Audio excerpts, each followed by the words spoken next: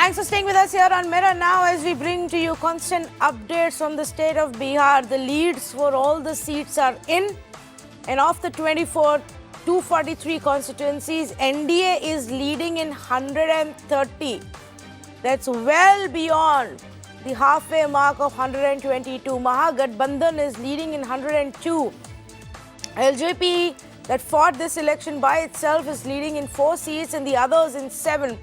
So as the numbers actually come in, the two alliances seem to be consolidating their positions, and the NDA kind of sealing its lead at least at 130 right now. Just to take you some interesting insights, Pappu Yadav is trailing still in Madhepura. BJP's Asha Devi is leading in Danapur.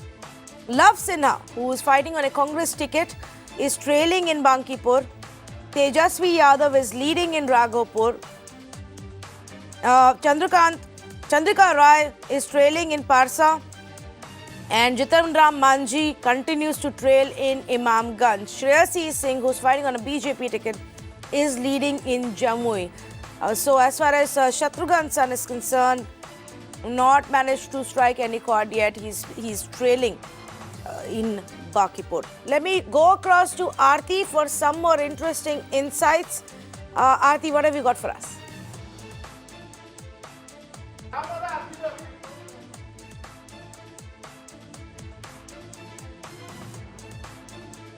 Aarti, can you hear me? Okay, we're just going to go to Aarti in just a bit. Let me also say good morning to RP Singh of the BJP, who is also joining us. Nilanjan Mukhopadhyay and Vinay Tiwari continue to be with me in the studios. Professor Maninder Thakur and Narendranath Mishra, also experts with us here in this panel. But Mr. RP Singh, it does look like at this point that the NDA is well on its way to victory, and you may not even need the LJP support. 130, of course, we will wait and watch to see what happens next. Ami Yagnik also continues to stay with us. RP Singh, your opening comments, is this largely in line with what the internal expectation was?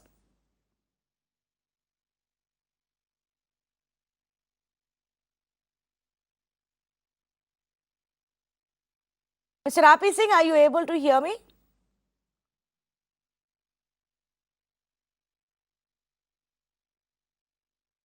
Okay, one of those times when technology fails us at all counts, Vinay, from our newsrooms all the way to Mr. RP Singh, we are unable to get through them. But a quick comment, Vinay, you said 11 o'clock onwards, you'll start taking the numbers a bit more seriously. Yes, I do now. I mean, of course, Yeah. I mean, that was my internal threshold. I think much, as I keep saying, today is the IPL final, so let's use some cricketing jargon. The power play is now over, and these are really the middle overs. So most of the consolidation of the innings will happen now. And if you see the last 10 minutes or so that I've checked the Election Commission websites, a lot of the leads are now hovering around 2,000 odd, votes. There are a few, of course, there are still in 3 digits. They're probably less than 999. But definitely, you can take that a little more seriously now. I don't think this will dramatically alter. We may have a 10-15 seat here and there. But what is clear, the big takeaway in the first 3 hours is that, as contrary to what opinion polls said, the NDA is absolutely in the picture. Not only they are in the game, they are actually in a position to win the game. Yeah. And that's a big difference from what the opinion polls were suggesting a couple of days ago. I also believe that this now opens up a completely new set of discussion points. Discussion point number 1 on whether the opposition now simply has no way of countering Mr. Modi's ability to pull even a team out from a position of defeat, because what is arguably true is that there was anger against Nitish Kumar on the ground. There is no question about that.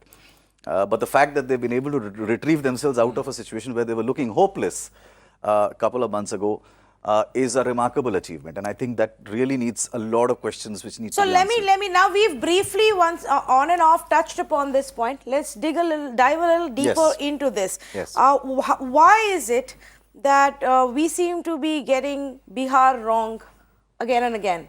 The pollsters seem to be getting Bihar wrong. Is it that the voters aren't as upfront? Is it that this time was different because a lot of this surveying may have happened on call or with a limited set of people because of COVID? What's happening? No, on exit polls, I have a very different view. I mean, I thought your question was on politics, but if it is on exit poll, it's a very different reason. And I'll tell you, Three very clear reasons, according to me. Nilanjan has done that much more, so he'll be able to probably shed more light on it. One, Bihar is a multipolar election with a lot of parties, lot of complications, so it becomes just that much more difficult in terms of getting the right representative sample on ground correct.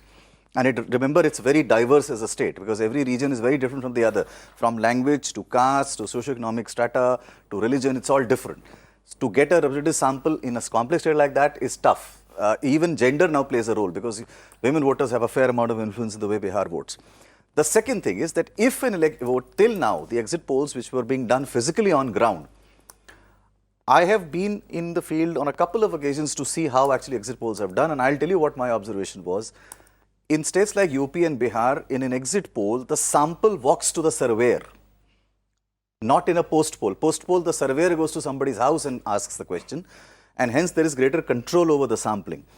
When a sample walks to the surveyor, there is an inherent caste bias that gets built into it. And I'm saying caste bias in the sense that the lower EBCs or the lower socioeconomic strata caste or somebody who's just shy or diffident does not walk up to the surveyor because the surveyors are under time pressure to go and fill that up.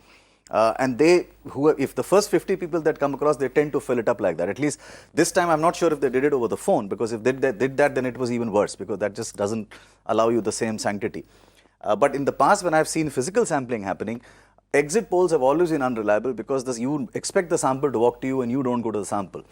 Otherwise, you actually can apply the right-hand rule and go to a house according to your own sampling data. So, there are many inconsistencies that get built into exit polls because this is done in such a tearing hurry. You know, I can just add about the exit poll. I was just looking at the map. You know, this is just a snapshot which I saw. I saw that the RJD is winning more number of seats in the, beneath the what we call the south of the Ganga. The Ganga. Simanchal has not gone the way the RJD was expected to. That's right. Now, in most exit polls, from what I understand, my experience or my understanding of them is that they complete the poll as the phase keep on going. Right.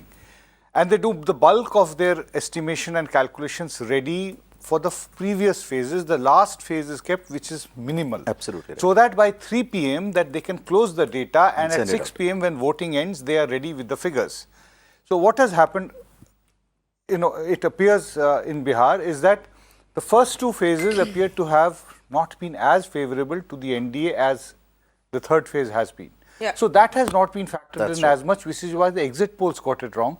But the opinion polls, if you go back and look at some of the opinion polls, possibly got it right. especially the CSDS poll, which possibly has, at least a scientifically evolved sample size. That's right. I do not know whether they were able to actually, to what extent were they able to stick to its complete sample because of COVID restrictions. They were closer than the exit polls, most of the exit polls which did it. Well, actually in phase 3, if you see, and I'm now breaking it down phase-wise. So in phase 3, BJP plus, which is BJP and VIPs, is leading in 34 seats. And JDU plus is leading in 25. So collectively, the NDA is actually leading in 59 of these seats. So there is a significant strengthening which is happening in the phase 3. Of the BJP? Yes, for NDA. For BJP NDA. plus 34 seats, BJP plus is leading. And JDU plus is leading in 25 of the seats. RJD in 9 of these seats. Congress in 4. Oh, so that means that the snapshot which I was talking about has completely changed. Yes. So virtually sweep of the first phase by the NDA. This is phase 3. Phase 3? Yes, okay. this is phase 3 actually. So the RJD, this is a major loss for the RJD. So we'll have to go and see that, is it because of the OSC factor? It is, because if you see in Simanchal, NDA has gained significantly and RJD and Congress are at a loss in Simanchal as well. So the vote katwa has worked against the RJD in... Possibly. And I think everybody in the entire narrative of the election, everybody looked at LJP as the vote katwa, but did not look at the SDF. We'll have to look at the fine print. Yes, yes. So let me just bring in also at this point and say good morning to RP Singh. Mr. RP Singh, thank you for joining us. Where do you think the massive gain and bump up has come in for the NDA, now sitting comfortably at 132 leads?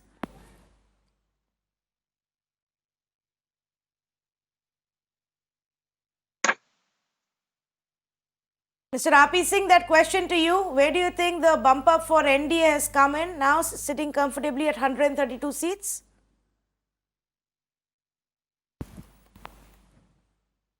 No, I don't think he can hear us.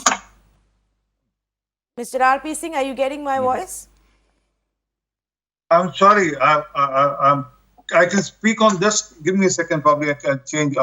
Can you hear me now? I can hear you. Yes. Okay.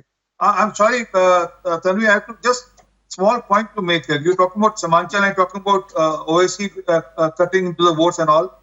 But why don't you accept that women across the board has voted for Nitish Kumar and NDA across the board, across the region, across the religion. So don't underestimate the woman power. And when you say that in Samanchal they were women, I'm again saying that women across the board has voted for NDA, and then the extremely backward class has voted for NDA. Okay, and you would attribute that to? The Nitish Kumar, the work done by Nitish Kumar, and also the Prime Minister Modi during COVID period. Also, the sort of reach we had during COVID period. The people who were backward, they have received grains and food, and they have the women have received money in their banks. Okay, fair enough. Interesting point that you're raising, Professor Maninder Thakur. Would you want to weigh in on this? The fact that the women voters have always been a strong base for Nitish Kumar, and maybe they're one of the factors that has helped him and the NDA sail through this time as well. Yes, I think this is a very important point to remember that Nitish Kumar has created three categories. One is EBC, other is Mahadalit, and third is the women voter. And all of them have remained with Nitish Kumar more or less. There was lack of enthusiasm in them, but I think as far as voting is concerned, most of them have voted for Nitish Kumar. And women voter is very significant. In Simanchal, I don't think OBC is a big factor. He was struggling to have some sizable vote in some constituencies, but that if you calculate the votes, you will find that it was not so significant. He was never taken very significant, as very important by Muslim voters. They all knew that he is a kind of BJP's partner. I mean, that's the perception on the ground. Simanchal has a very huge population of of EBC voters. You know, everybody gets surprised why BJP gave most of the seats in Simanchal to JDU, as Simanchal has a good number of Muslim voters too. Right. The reason is that EBC voters number is very high in this region, and therefore Simanchal is always with Nitish Kumar, and Nitish Kumar has done a lot of work for EBCs and women, so they always stand with him. I think the teaching community, the new category in politics created by Nitish Kumar, they are dissatisfied with Nitish Kumar, not happy with him, but when it comes to voting, they vote for Nitish Kumar. They haven't abandoned him yet. No, they haven't. Right? Yes. I think they have great hopes from him, and he has gradually given these things to him, to this community also. Other thing, I just want to attract your attention. You raised a very important sociological point, that why caste voting, why there is a caste, why caste is such an important factor in Bihar in elections. I think it's a very practical point actually. The access to state power in Bihar happens through caste. Unless there is a leader who creates a new narrative and demonstrates that access to state power could happen through other means also, through normal law and through normal rules and regulations, Bihar will remain a caste-ridden society. I think, and Rajni Kothari made this point very well, that the role of caste in Indian politics in general has been to establish a link between the political power and common people. And that works very well here. If you look at if somebody can do a baseline survey of economic strength of EBC or a gain of EBC in Nitish's regime, you will definitely find that there has been a significant gain of in economy of this caste. So caste is not a very abstract category in this sense. It's a very real category, very much rooted in society and in politics simultaneously. Fair One enough, should not be surprised Professor by this Thakur. I fact think that you're making a very valid point that often, those living in big cities and functioning from studios tend to forget. But as long as it remains a very real part of the lives of people in this country, it will continue to play a large part even in the elections in the way they vote. The shots that our viewers were looking at earlier were actually celebratory shots coming in from the JDU office. That's actually showing you this turn of events and the turn of sentiments as well. JDU office that's been fully deserted for the last 3 days is now seeing celebrations. That's how the number story has changed. If I can go across to Aarti, if you have the time. Yeah, and Aarti standing by with a few more insights. Phase-wise, Aarti, we were talking about the phase-wise performance, and if phase 3 is really where the story changed for the NDA, what are your numbers showing? Well, you can see the difference in how the NDA's performance picks up steam as the 3 phases go. Let's look at the first phase. Now, the first phase is one where it is actually the Mahagathbandhan that really takes the lead. They're in the driver's seat. Most of the seats that they've actually got are in this particular phase 1. Let's look at phase 2, which was to poll. This was the largest phase. It was called the make or break phase. And that's the phase where the BJP and the NDA actually picks up steam. They take the march ahead of the Mahagathbandhan, and it is the third and final phase, which is almost like the death blow to the Mahagathbandhan, where they really consolidate their lead in the third phase. Remember, the third phase that went was largely parts of Simanchal here, and you can see this was expected to be an RJD stronghold because it has the Muslim and the Yadav vote bank that they have nurtured over so many years. But this particular phase being the most crucial for the NDA, which really stole the march ahead of the Mahagathbandhan in an area which was considered to be the Mahagathbandhan fortress. Yes, absolutely. And that's where the change has really happened, or one of the bump ups has actually come in. Keep in mind that the narrative, even during the campaign, changed a lot more blatantly ahead of phase 3, whether it was for the BJP or even for the JDU, in what the top ministers, including the Prime Minister, said when they organized these rallies, in the way even Yogi Adityanath was used. A lot of that, and like RP Singh was pointing out, perhaps the fact that the women voters have, stuck on with Nitish Kumar, and that's what's helped him at least cross the 50 mark. Time for a quick break. Lots more on the other side. We'll get you more reactions, more insights as it looks, it becomes clearer and clearer that this time in Bihar, 2020 as well, NDA may win the Bihar election. Stay with us.